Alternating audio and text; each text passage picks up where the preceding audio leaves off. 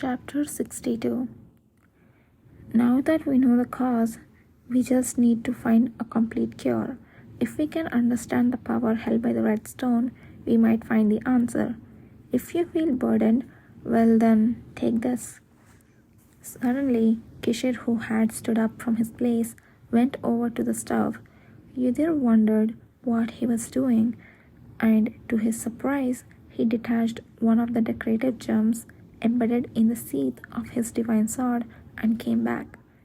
It was a slender, rhombus-shaped red gem. With divine power filled in it, carrying it should considerably slow down the progression. I'm not sure if I can accept such a valuable thing.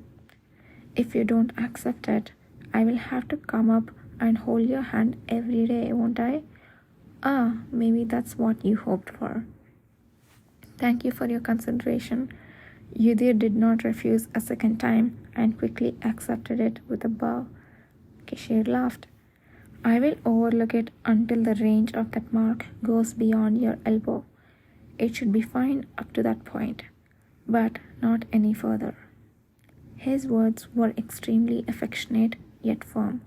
After all, wasn't his intention to train the members to find out about the red stone? In the history of the empire, Kishir might have been the only imperial family member to treat a subordinate of humble origin with such care. However, Yudhir didn't find it pleasant. Yudhir's return changed many aspects of Kishir. However, some aspects remained the same. In his previous life, even after the unpleasant incident involving Yudhir, Kishir had always been kind to him, and although he had built walls, he had treated him more than fairly. One couldn't deny that he was a very peculiar character, but he was never a bad person. But how did it all end up? I need to figure out everything I can before my vacation ends. If he wanted to avoid getting entangled with Kishir and protect his life, he needed to understand him better than in his previous life. There was still too much he didn't know. For the next 5 days, except for the meal times and sleep, Yudhir trained Kana and Gokane without a moment's rest. Even the spectators were exhausted, but Yudhir never showed any signs of fatigue. So naturally, Kana and Gokane could not show their tiredness either. The two realized that all the training they had received in the cavalry was nothing compared to Yudhir's training. As they got a bit comfortable, he increased the difficulty, and as soon as they got used to that, he immediately noticed and trained even harder. It was astonishing how well he could come up with such brutal training methods. That's it for today. Let's take a day off tomorrow. And finally, on the 6th day, Yudhir quietly declared the end of the training with a face no different from when he started. Kana and Gokane simultaneously collapsed on the training ground floor. I guess this is what it feels like. Death. Gokane, it's not feeling like death for me. I'm already dead. Despite their words, the expressions of the two lying down were significantly brighter. It was because they had achieved clear results during the hellish 6 days. Gokane had come to understand the limits of his shadow clone, and the movement, attack power, and defense power of the clone had grown so much that it couldn't be compared to before. It was thanks to being gripped and rolled thousands of times under Yudhir's sword. Kana too had succeeded in selectively reading only the information of the book, not the heavens from the book that spanned the sky. Thereupon, Yudhir trained her in a similar fashion to place both hands simultaneously on two objects and read only the information from one, and when that was successful, he began to drop the objects very slightly from her fingertips. At first, she thought it was impossible to read an object from a distance, but it wasn't. Kana learned the astonishing fact that as long as an object merely touched the swirling energy flowing from her hands, she could read its information without touching it. Of course, the distance was only about the length of a fingernail for now, and the success rate was very low, but she would gradually increase it. Either we are training with the other classmates starting the day after tomorrow, right? Yes. I'm looking forward to it, really. Gakane laughed cheerfully with a face caked in dust. Yudhir wondered if Gakane had become a little strange due to the excessive training over the past 6 days. As long as we continue like this, there won't be any sudden deaths wherever we go. Gakane's death had not yet come, but the situation was constantly changing, and they didn't know what would happen next. However, if Gakane didn't lose his strong desire to become stronger and continue to train, he would achieve a rate of growth that couldn't be compared to the past. But Yudhir, we are taking a break tomorrow, right? Do you have something to do? If not, with me. Huh? I thought I heard a noise in the training ground, and here everyone is. As Gakane was about to say something to the absorbed Yudhir, someone popped their face out from the dormitory. It was Ever, who had gone back to her hometown for vacation. Ever, you're back now? Kana, I came back early after seeing my family, but... As Kana stood up with a half smile, Ever began to approach with a smile, but stopped short. Why do you all look like that, covered in dust? Oh, yes, we three didn't take a vacation.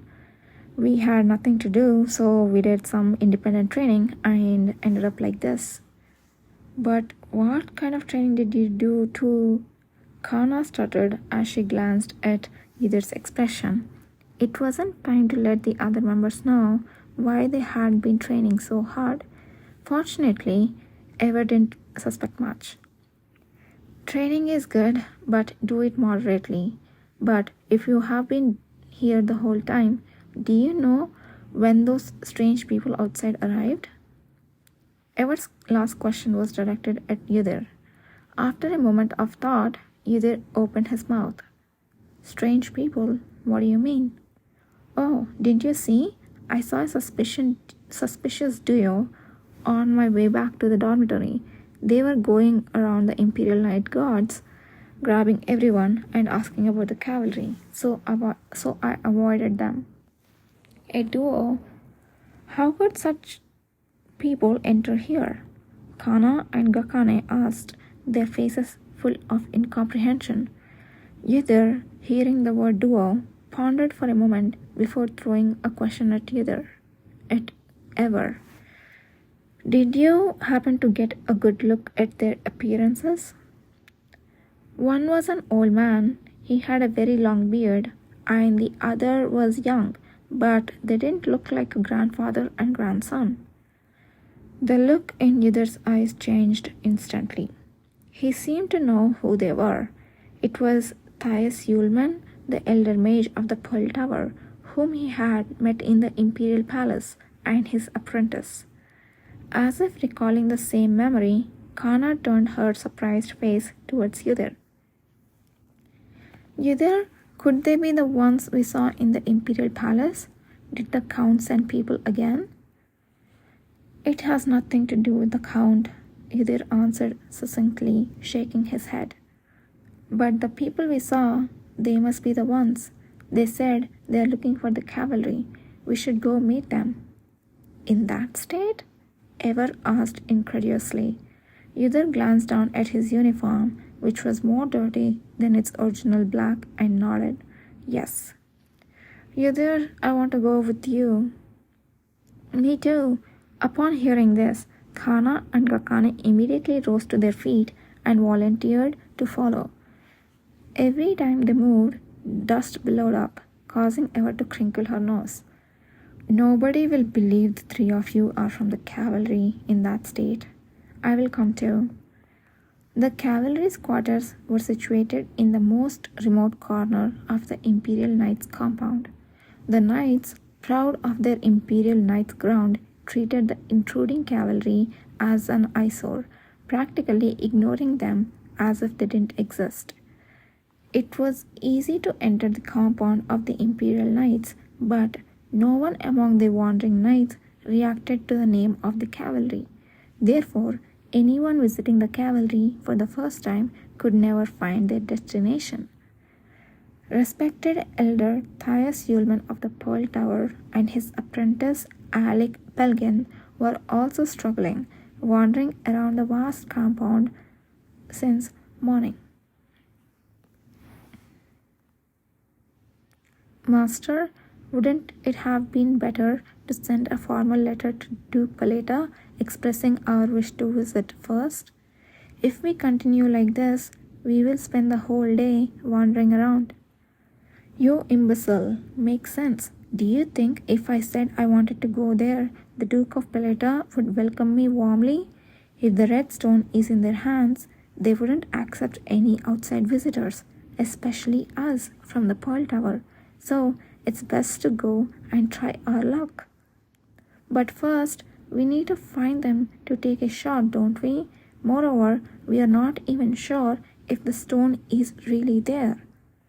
We have already confirmed it's not in the palace. There's nothing more certain than the information leaked by the Duke of Diarca. They purposely leaked it to me, so we have nothing to lose. Stop complaining and move forward. Alec felt extremely aggrieved. Their purpose wasn't suspicious at all, so what was wrong with contacting them beforehand? He had long gotten used to his master's eccentricities, but it was heartbreaking to see himself suffer like this. There are a few more knights over there. Go ask them. Just then, a few knights with flashy swords appeared before them. The knight in the lead, who was guiding two young men, was particularly arrogant and sharp-looking, undoubtedly from a noble family.